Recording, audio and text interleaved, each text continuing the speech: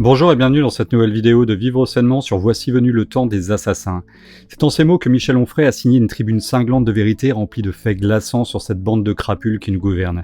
Je vous incite à la lire car elle est formidable de vérité avec des mots rageurs venant des tripes contre l'action criminelle de ces imposteurs. Aujourd'hui nous allons faire un tour de presse pour nous rendre compte que nous ne sommes pas les seuls en colère contre ce gouvernement d'incapables. Beaucoup de docteurs, syndicats, EHPAD, associations, avocats le sont aussi. Vous allez voir que la colère n'est plus retenue et que les événements risquent d'être très tendus quand l'épidémie s'arrêtera. Partagez aussi massivement cette vidéo très rapidement car ma vidéo d'hier fut encore censurée par certains groupes Facebook. Je tiens également à préciser que toutes les sources de cette vidéo sont dans la description. Je commence donc par le courageux Michel Onfray, ce chevalier des tribunes au vitriol et sa prise de position sur le gouvernement.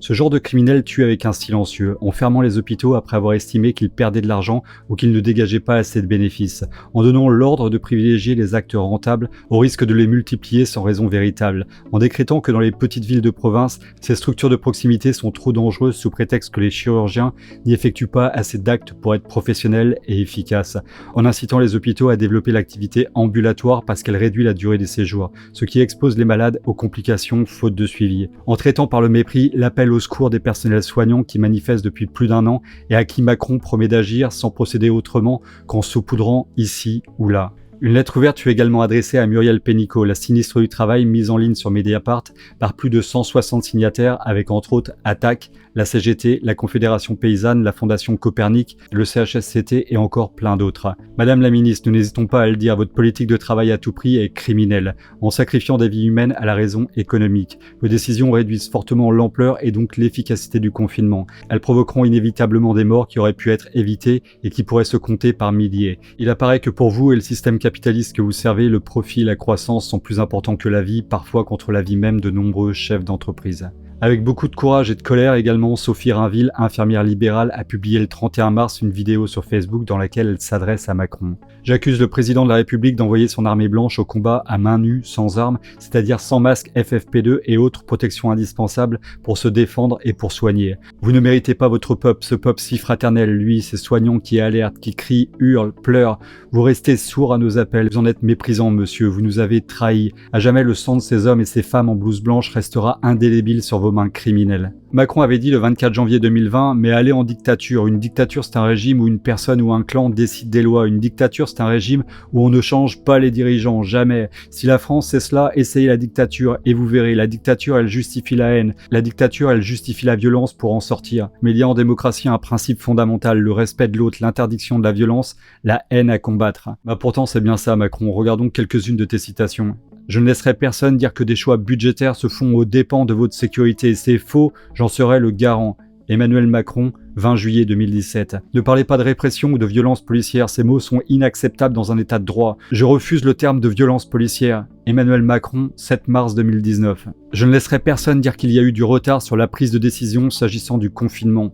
Édouard Philippe, 28 mars 2020. En gros, il nous menace de les contredire. C'est froidement dit comme un tueur à gages et totalement réfléchi. Ces mots ne sont pas choisis par hasard. Un autre exemple, le journal parisien titrait « Coronavirus, la colère froide de Macron contre les experts autoproclamés ». Macron disait « Quand cette crise sera passée, on aura tous à rendre des comptes. Tous sans exception. La majorité, bien évidemment, et c'est normal. Mais aussi tous ceux qui ont joué à certains moments à un jeu dangereux pour déstabiliser le pays dans une période où l'unité prévalait. » Donc là encore, on est dans de la menace. Le gars, il dit « Il faut être unis, restez dans le rang et suivez-moi aveuglément. Je suis votre commandant et ceux qui seront contre moi seront fusillés. » Bon là j'extrapole, mais au final peut-être pas tant que ça. Ce gars est dangereux pour notre peuple. Il n'est pas le président du peuple, mais le commercial des lobbies. Regardez ma vidéo d'hier sur le sujet. Un autre point, Jérôme Salomon, l'actuel directeur général de la santé, avait remis un rapport à Macron candidat en 2017, dans lequel il indiquait que la France n'était pas prête pour encaisser une pandémie. Mediapart a aussi lancé un pavé dans la mare. Santé publique France avait été saisie par la Direction générale de la santé, DGS, et avait remis un rapport en mai 2019,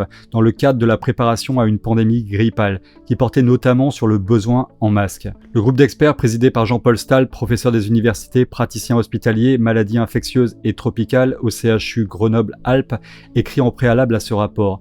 Le risque et la gravité d'une pandémie ne peuvent être prévus, ni la date de sa survenue. Le risque doit être considéré comme important, mais sa survenue ne peut pas être datée. En conséquence, un stock peut arriver à péremption sans qu'il y ait eu besoin de l'utiliser. Cela ne remet pas en cause la nécessité d'une préparation au risque. La constitution d'un stock devrait être considérée comme le paiement d'une assurance que l'on souhaite, malgré la dépense, ne jamais avoir besoin d'utiliser. Sa constitution ne saurait ainsi être assimilée à une dépense indue. Alors Macron était au courant depuis très longtemps que nous n'étions pas prêts pour une pandémie, et pourtant quand la pandémie a commencé, t'as rien fait. Tu as laissé la pandémie arriver jusqu'à nous et tuer notre peuple. Je te le dis droit dans les yeux, t'es un criminel, ton gouvernement est un criminel. T'as beau menacer ceux qui t'attaquent, tu en toucheras 1 ou 2 ou 10 ou 1000, mais des millions reviendront. T'es en train de créer une guerre civile à détruire notre peuple. Au moins t'auras réussi une seule chose, à unir tous les Français de tous les âges, de toutes les religions, de toutes les orientations sexuelles, de toutes les origines, de toutes les couleurs contre toi. Nous serons tous ensemble français, bientôt main dans la main, pour que tu partes toi et tes sbires au tribunal, pour te diriger directement en case prison. Alors restez bien avec nous pour la deuxième partie parce que vous allez voir que la colère continue contre ces vendus qui mettent nos vies et notre argent en danger. Ces actes criminels couvrent le plus gros hold-up de notre système de santé et de nos services publics. Abonnez-vous également à la chaîne et rejoignez-nous sur Facebook pour rester en contact si la chaîne venait à être suspendue, car oui, ça pourrait arriver. Partagez aussi la vidéo massivement sur les réseaux sociaux car ma chaîne fut limitée en diffusion sur le sujet de la crise. Un dernier point, YouTube a démonétisé toutes les vidéos sur la crise, sauf pour les grosses chaînes de news comme BFM TV. Malgré ça, je travaille environ 14 heures par jour, 7 jours sur 7 pour faire ces vidéos.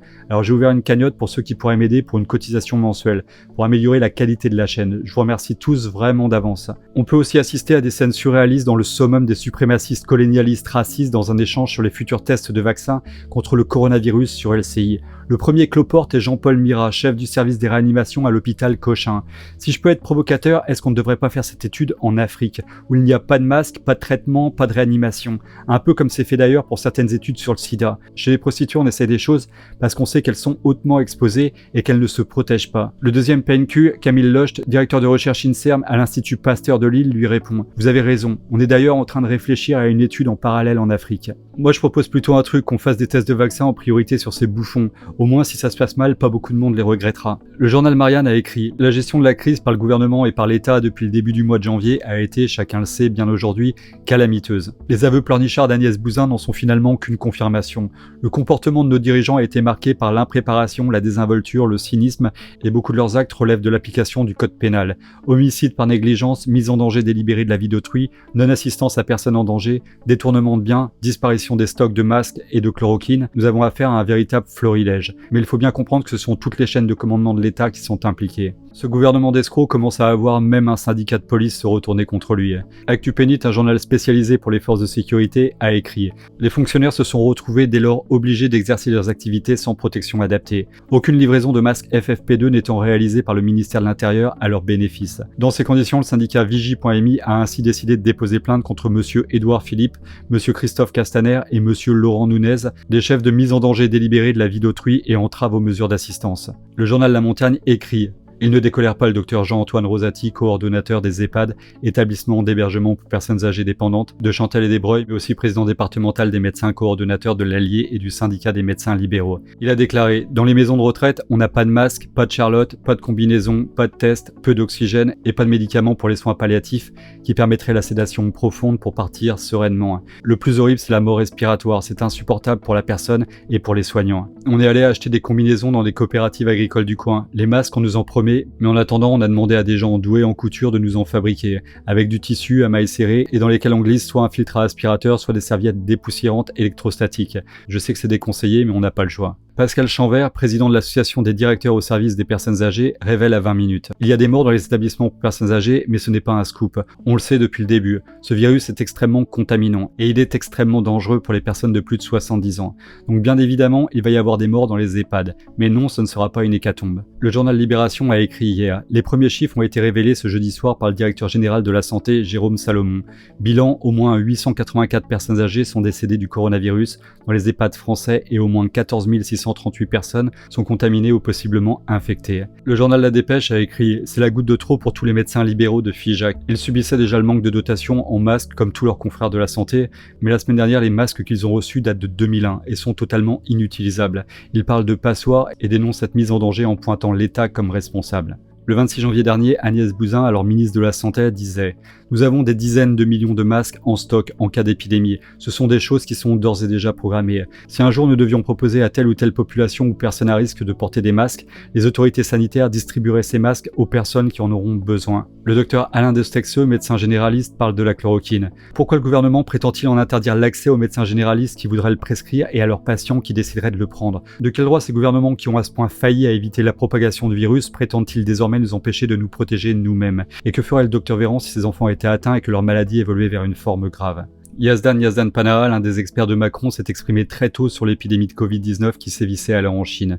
Donc ce chef de service des maladies infectieuses à l'hôpital Bichat avait déclaré fin janvier. Il peut y avoir un cas, mais je pense qu'on va très rapidement le contenir. Il ne va pas y avoir une épidémie en France parce qu'on est justement préparé. Mais il peut y avoir un cas qui va arriver, ça c'est possible. Il avait aussi déclaré sur RTL « Il n'y aura pas d'épidémie parce qu'on sait faire, on sait contenir, on sait isoler ses patients ». Je rappelle que ce gars est l'un des experts sélectionnés par Macron pour son comité scientifique. Je rappelle aussi que ce médecin travaille abondamment pour les laboratoires dont notamment Gilead Sciences, Merck, Johnson & Johnson et AbbVie. Donc en gros tous les laboratoires qui veulent vendre leurs médicaments pour le coronavirus et qui sont contre, bien évidemment, la chloroquine. Et vous, qu'en pensez-vous ? Voilà, cette vidéo est terminée pour aujourd'hui, j'espère que vous l'avez appréciée. Si c'est le cas, partagez-la massivement sur les réseaux sociaux avant qu'elle ne soit effacée. Abonnez-vous à la chaîne si ce n'est pas encore fait, et à très bientôt pour une prochaine vidéo sur Vivre sainement.